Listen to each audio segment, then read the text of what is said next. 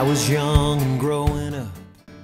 Hello mga kalaagan, so we are here in Davao City and we are going to Samal Island. Sa mga nagbabalak mag-island hopping ngayong summer, Samal is one of the best na pwede nyong puntahan.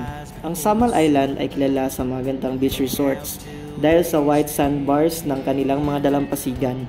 We're having a time of our lives, skipping rocks together. Tinatawag itong Island Garden City of Samal ng Davao del Norte. Madali lang puntahan dahil 10 to 15 minutes lang ay makakarating ka na sakay ng Roro. Pwede kang sumakay ng bus from Davao City to Samal Island. Dahil nagmomotor lang kami ay 120 pesos ang pamasahe namin. Kasama na ang motor at ang back ride ko. Catch a ride on that old tire swing. We'll go fishing in the neighbor's pond. Pinili namin dito sa Kaputian Beach Resort dahil isa ito sa magandang beach dito sa Samal. At syempre, huwag mong palampasin ang pag-picture-picture dito sa I Love Samal mga kalaagan.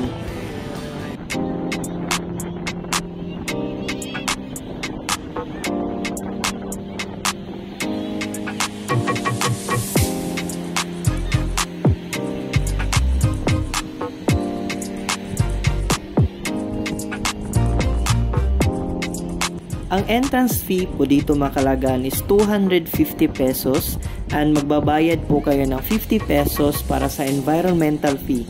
By the way, yung environmental fee mga kalaagan ay pwede mo nang ma-access lahat ng beach resort dito sa Samal.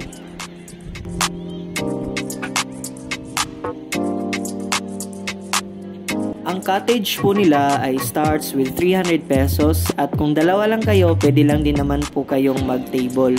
Yung table po nila is only 100 pesos at mag-additional lang kayo ng 10 pesos bawat chairs.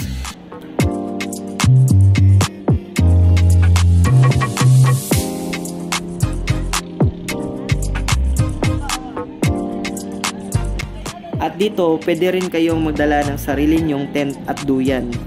At by the way, hanggang alas 5 lamang po pwede kayong maligo sa dagat.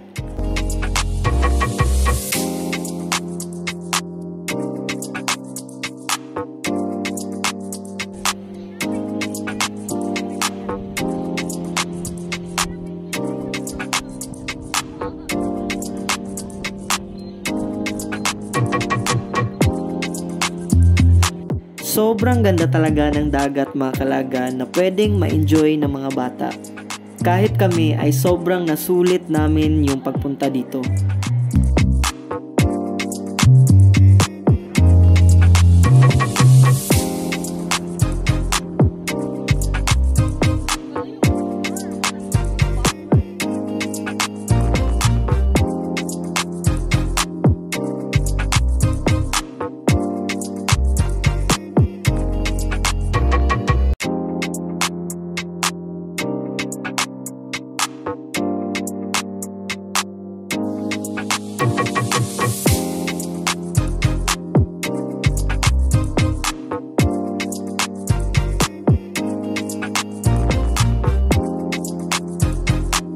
And that's our vlog video for today dito sa Kaputian Beach Resort, Samal Island.